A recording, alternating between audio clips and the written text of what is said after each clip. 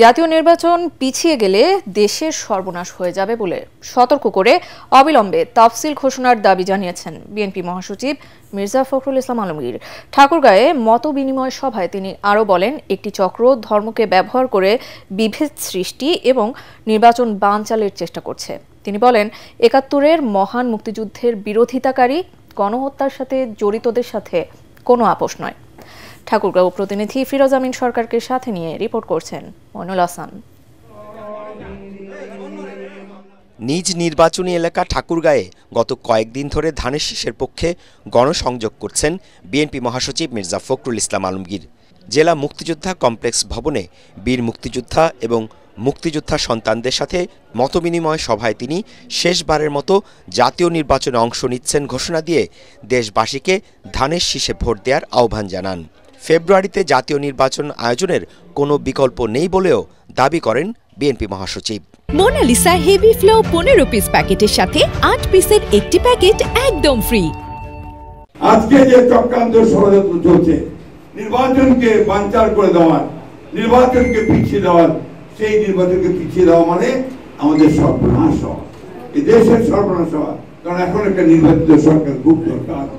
আর কোনো কাল বিলম্ব না করে নির্বাচনের তফসিল ঘোষণার ব্যবস্থা করবেন, দেশে একটি নির্বাচিত সরকার প্রতিষ্ঠা করবেন। জামায়াতকে উদ্দেশ্য করে মির্জা ফখরুল বলেন, যে দল বাংলাদেশের স্বাধীনতা চায়নি তাদেরকে দেশের মানুষ কখনো গ্রহণ করবে না। তাদের সঙ্গে এই দেশের মানুষ আপোষ করতে পারে নাকি ভাই? জোরে কই হবে তো, মুক্তিযুদ্ধের মঞ্চে উঠতে হবে তো। এরা আজকে দেশটাকে গিরে খাওয়ার চেষ্টা করছে, গ্রাস করার চেষ্টা করতেছে। আমাদের ধর্মপ্রাণ মুসলমান ভাইদের ধর্মীয় অনুভূতিকে বিক্রি করে তারা ওই কাজগুলো করতে চাচ্ছে। এদিকে রাজধানীর গুলশানে দলের চেয়ারপারসনের রাজনৈতিক কার্যালয়ে জাসাস আয়োজিত অনুষ্ঠানে বিএনপির স্থায়ী কমিটির সদস্য ডক্টর মঈন খান বলেন, গত ১.৫ দশকের ফ্যাসিবাদ বিরোধী আন্দোলনের সফল পরিণতি হয় জুলাই গণ অভ্যুত্থানে শেখ হাসিনার পতনের মধ্য দিয়ে। এটা কিন্তু শুধু ৩৬শে জুলাই ছিল না, এটা ছিল দীর্ঘ ১৬-১৭ বছরের বাংলাদেশের লক্ষ লক্ষ মানুষের যে আত্মত্যাগ, তারই ফলশ্রুতিতে কিন্তু ৫ই অগস্ট কিন্তু ১১ জন প্লেয়ার খেলে, কিন্তু গোল হয়তো একজনই করে। তার অর্থ এটা নয় যে বাকি ১০ জন সেই খেলাটি খেলেনি, এটা কিন্তু ঠিক। আসুন আমরা সবাই মিলে বাংলাদেশকে একটি সত্যিকার অর্থে গণতান্ত্রিক দেশে পরিণত করি, যেখানে মানুষের অধিকার প্রতিষ্ঠিত হবে, যেখানে মানুষের ভোটের অধিকার প্রতিষ্ঠিত হবে। পরে রক্তাক্ত ৩৬ জুলাই গণ অভ্যুত্থান নিয়ে জাতীয়তাবাদী সামাজিক সাংস্কৃতিক সংস্থা জাসাস আয়োজিত প্রামাণ্য ফটো অ্যালবাম উদ্বোধন করা হয়। যারা বলে গণভোট সংবিধানে নেই, তারা মূলত ফ্যাসিবাদ আমলকে সমর্থন করে বলে জানিয়েছেন জামায়াতে ইসলামের সহকারী সেক্রেটারি জেনারেল হামিদুর রহমান আজাদ। বলেন, সংবিধানের চেয়ে জনগণের অভিপ্রায় অধিক গুরুত্বপূর্ণ। সোমবার সন্ধ্যায় পুরানা পল্টনে ইসলামী আন্দোলন বাংলাদেশের কেন্দ্রীয় কার্যালয়ে ৮টি ইসলামী দলের বৈঠক শেষে এক যৌথ প্রেস ব্রিফিংয়ে এসব কথা জানান তিনি বলেন, জুলাই জাতীয় সনদ বাস্তবায়ন, গণভোট ও পিআর পদ্ধতিতে নির্বাচন সহ ৫ দফা দাবিতে আগামীকাল রাজধানীর পল্টনে সমাবেশ করবে ৮টি ইসলামী দল। এই সমাবেশ থেকে সরকার ও দেশের জনগণকে চলমান আন্দোলনের বার্তা পৌঁছে দেওয়া হবে। আলোচনায় সমাধান না হলে আন্দোলন চালিয়ে যাওয়ার হুঁশিয়ারি দেওয়া হয় ব্রিফিং থেকে।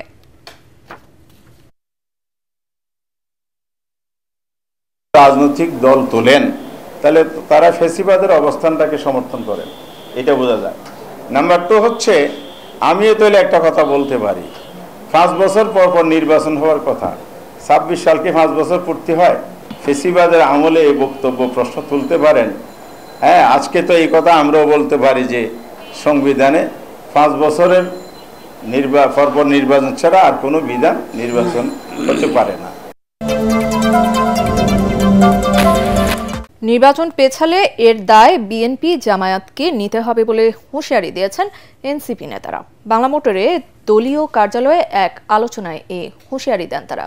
জুলাই সনদ ও গণভোট প্রশ্নে দুই দলকে দ্রুত সমাধানে আসার আহ্বান জানিয়ে নেতারা বলেন, বিএনপি জুলাই সনদে নোট অব ডিসেন্ট ঢোকানোর পায়তারা করলে আন্দোলনে নামবে এনসিপি। বিস্তারিত জানাচ্ছেন ইয়াসিন রানা। আনুষ্ঠানিকভাবে জানানো। জুলাই সনদে শ্রমিক শ্রেণীর রাজনৈতিক অবমূল্যায়ন শীর্ষক আলোচনা সভার আয়োজন করে এনসিপির শ্রমিক সংগঠন জাতীয় শ্রমিক শক্তি। জুলাই সনদ ও গণভোট প্রসঙ্গে সিদ্ধান্ত নিতে না পারায় অন্তর্বর্তী সরকারের উপদেষ্টা পরিষদকে নির্বাচন আয়োজনে অযোগ্য মনে করে বক্তব্য দেন এনসিপির নেতারা।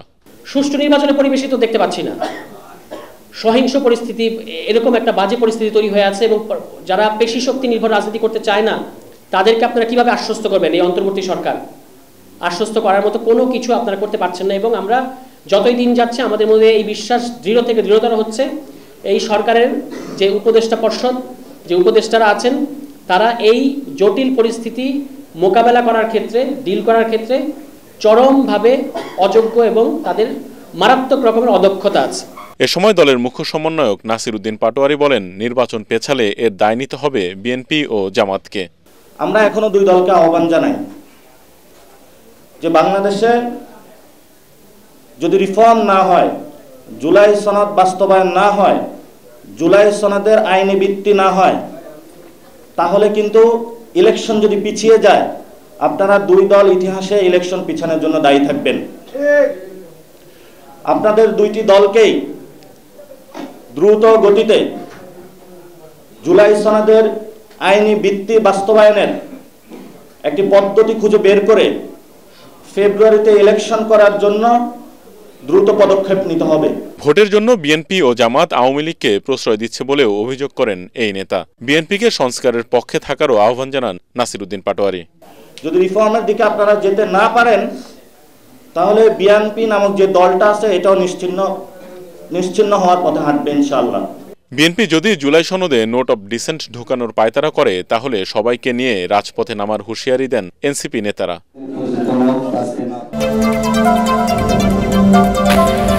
গণভোট নিয়ে রাজনৈতিক দলগুলো ঐক্যমত্যে পৌঁছাতে না পারায় এখন দ্রুতই সিদ্ধান্ত নেবে সরকার, যা মানতে হবে সব দলকে।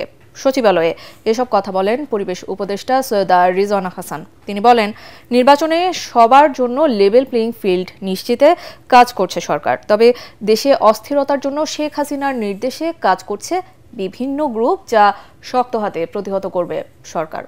রিপোর্টে জানাচ্ছেন মাহবুব কবির চপল।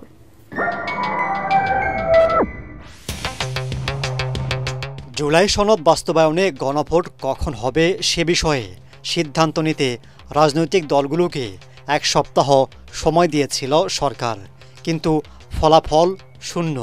উল্টো পরস্পর বিরোধী অবস্থানে বিএনপি ও জামাত।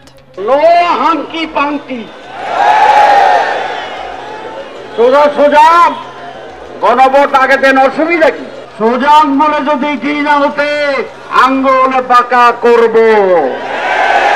কয়েকটি রাজনৈতিক দল ঘেরাও করছে, অস্থিতিশীলতা সৃষ্টি করার চেষ্টা করছে। নির্বাচনের দিনই গণভোট হবে, তার আগে হতে হবে না।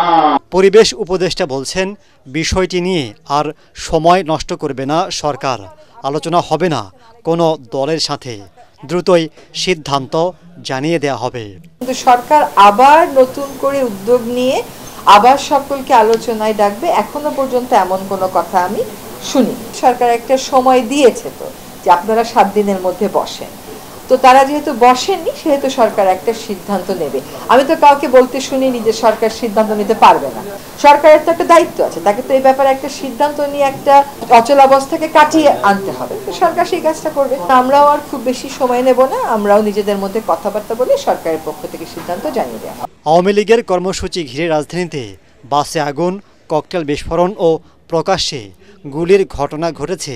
সৈয়দা রিজওয়ানা হাসান বলছেন, শেখ হাসিনার নির্দেশে দেশে অস্থিতিশীলতার চেষ্টা চলছে, তবে সতর্ক রয়েছে সরকার।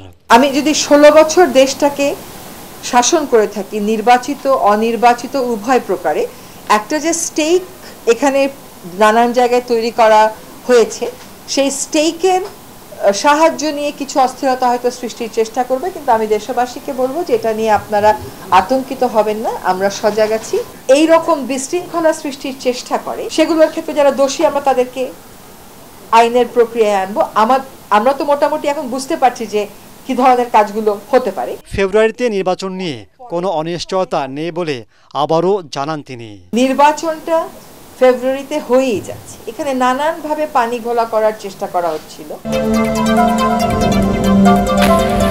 নিষিদ্ধ আওয়ামী লীগের ঘোষিত কর্মসূচি কঠোরভাবে দমন করার হুঁশিয়ারি দিয়েছেন অন্তর্বর্তী সরকারের প্রধান উপদেষ্টার প্রেস সচিব শফিকুল আলম। এক ফেসবুক পোস্টে তিনি বলেন, আওয়ামী লীগ ও তাদের সহযোগী গণহত্যাকারী নেতারা মনে করছেন যেন আবারও 2006 সালের 28 অক্টোবর ফিরে এসেছে।